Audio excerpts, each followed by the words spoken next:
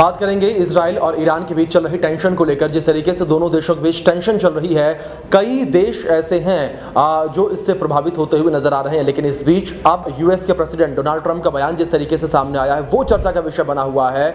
और उस बयान के बाद लगातार ये कहा जा रहा है कि अमेरिका की भी एंट्री इस जंग में हो सकती है, क्योंकि अमेरिका ने यानी कि डोनाल्ड ट्रंप ने क्लियरली ये कह दिया है कि ईरान बिना किसी शर्त के सरेंडर करे। अब मिडिल ईस्ट में किस तरीके से जो है बारूद नजर आने वाला है, किस तरीके से जो ये हमले हैं वो और तेज होते हुए नजर आएंगे, वो इस वीडियो में बात करेंगे।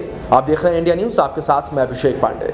सबसे पहले अगर बात की जाए इजराइल और ईरान युद्ध को लेकर, तो इन दोनों देशों के बीच युद्ध जो है वो लगातार तेज होता चला जा रहा है। जहां इजराइल ने साफ ये कह दिया है कि हम ईरान को परमाणु बम जो है वो नहीं बनाने देंगे, लेकिन दूसरी ओर ईरान जो है उसने कहा है कि इजराइल लगातार हमारे ऊपर हमले कर रहा है और हमारे आम नागरिकों को निशाना बना रहा है और बेवजह आम नागरिकों को निशाना बनाया जा रहा है। लेकिन दूसरी ओर इजराइल ने साफ तौर पर यह कहा कि हम अपनी सीमाओं को सुरक्षित करने के लिए और विश्व में शांति बनी रहे उसके लिए ये लड़ाई लड़ रहे हैं। लेकिन दूसरी ओर अब अमेरिका की एंट्री जिस तरीके से इस पूरे युद्ध में हो गई है, इस एंट्री से अब सबको ये लग रहा है कि ये लड़ाई और भी ज़्यादा आने वाले समय में भीषण हो सकती है, या यूं कह सकते हैं कि आने वाले समय में ये लड़ाई नया मोड़ ले सकती है। इस बीच आपको बता दें कि जिस तरीके से ये कहा गया कि अमेरिका ने साफ तौर पर ईरान को कह दिया कि ईरान सरेंडर कर दे, तो ऐसे में ईरान ने भी साफ ये कह दिया है कि अगर हमारे ऊपर हमले हुए तो हम इन हमलों का जवाब देंगे।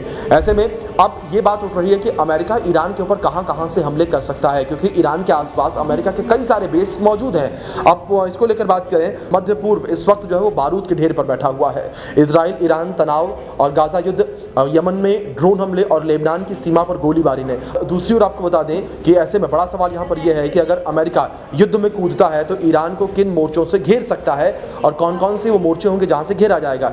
इसमें सबसे पहले अगर बेस को लेकर बात करें तो अमेरिका के पास कतर में एक बेस मौजूद है जहां से अमेरिका जो है वो ईरान के ऊपर हमला कर सकता है। अल उदैद एयरबेस अमेरिका की सबसे बड़ी एयरबेस, जहां से B-52 बॉक्सर्स जो है यहां से उड़ान भर सकते हैं। इसके बाद कुवैत में ज़मीनी सेना की तैनाती और लॉजिस्टिक बेस अमेरिका का मौजूद है। इसके बाद UAE में F-35 जैसे एडवांस फाइटर जेट के ऑपरेशन का ठिकाना अमेरिका का UAE में है। इसके बाद बहरीन को लेकर बात की जाए तो अमेरिकी नौसेना का 5वां फ्लीट यहाँ से संचालित होता है और समंदर के रास्ते ईरान को घेरने पर यह मुख्य बिंदु और मुख्य पहलू माना जा रहा है। अब बात इराक को लेकर करेंगे। सीमित सैन्य मौजूदगी अभी भी है, हालांकि इसकी संसद इसके खिलाफ है, लेकिन आप समझ सकते हैं कि किस तरीके से Iraq, Bahrain, UAE, Kuwait, Qatar, ये वो देश है जहां पर अमेरिका की सेनाएं मौजूद हैं। और अगर ईरान को घेरना हुआ तो कितना आसान अमेरिका के लिए होगा यहां पर ईरान को घेरना, यानी कि ईरान जो है वो कहीं ना कहीं सीधे तौर पर अमेरिका के निशाने पर है। और शायद यही वजह है कि अमेरिका और ट्रंप जो है वो लगातार ईरान के ऊपर दबाव बना रहे हैं कि ईरान अपने हथियार डाल दे और बिना किसी शर्त के वो सरेंडर कर दे। लेकिन दूसरी ओर अगर बात की जाए यहाँ पर इजराइल की भूमिका को लेकर, तो इजराइल की सेना पहले से ही एक्टिव है और डायरेक्ट मिसाइल स्ट्राइक या फिर साइबर हमले के जरिए ईरान की न्यूक्लियर साइट्स को टारगेट जो है वो लगातार किया जा रहा है। जिस तरीके से अगर हमलों को लेकर बात करें तो सैकड़ों की संख्या में लोगों की मौत हो चुकी है, सैकड़ों की संख्या में लोग जो हैं इस वक्त घायल हैं, जो हमले दोनों तरफ से हो रहे हैं। इजराइल लगातार अपने हमले कर रहा है, ईरान जो है वो लगातार हमले कर रहा है, जवाबी हमले कर रहा है। अब ऐसे में दोनों देश जिस तरीके से एक दूसरे के ऊपर हमले करते नजर आ रहे हैं, देखने वाली बात यहाँ पर ये होगी कि किस तरीके से दोनों देशों के बीच शांति वार्ता होती है, किस तरीके से सीज फायर होता है, क्योंकि इजराइल पीछे हटने के मूड में नहीं है। इजराइल ने साफ कह दिया है कि जब तक ईरान पीछे नहीं हटेगा, ईरान अपने घुटने पर नहीं आ जाता, हम पीछे हटने वाले नहीं हैं। लेकिन ईरान ने भी इस बार ये ठान लिया है, जो कि हमेशा से बैकफुट पर रहता था, वह फ्रंट फुट पर आकर लगातार इजराइल के ऊपर हमले कर रहा है। और उसने साफ कह दिया है कि अब जान का बदला जान से, मिसाइल का बदला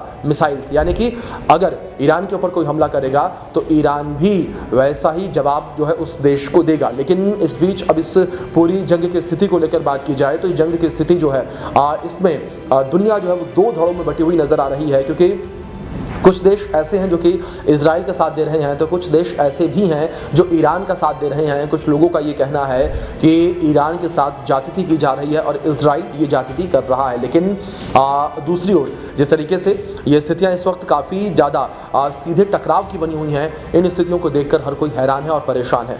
और अगर सीधा टकराव हुआ तो किस तरीके से बड़ा खतरा होगा, उसको लेकर बात की जाए तो अमेरिका जानता है कि ईरान के साथ सीधा युद्ध आसान नहीं होगा। स्ट्रेट ऑफ हॉर्मुज पर कब्जा जमाना, तेल सप्लाई रोकना और पश्चिम एशिया को धधकती आग में झोंकना होगा, और ये सब ईरान के रिएक्शन का हिस्सा हो सकता है। यानी कि ईरान जो है, जो विश्व में तेल सप्लाई करता है, उस तेल सप्लाई को भी रोक सकता है अगर अमेरिका उसके ऊपर हमला कर देता है। तो अब देखने वाली बात ये होगी कि ये लड़ाई क्या नया मोड़ लेती है और किस तरीके से ये जंग आगे जाकर रुकती है और दोनों देशों के बीच सीज फायर किस तरीके से होता है।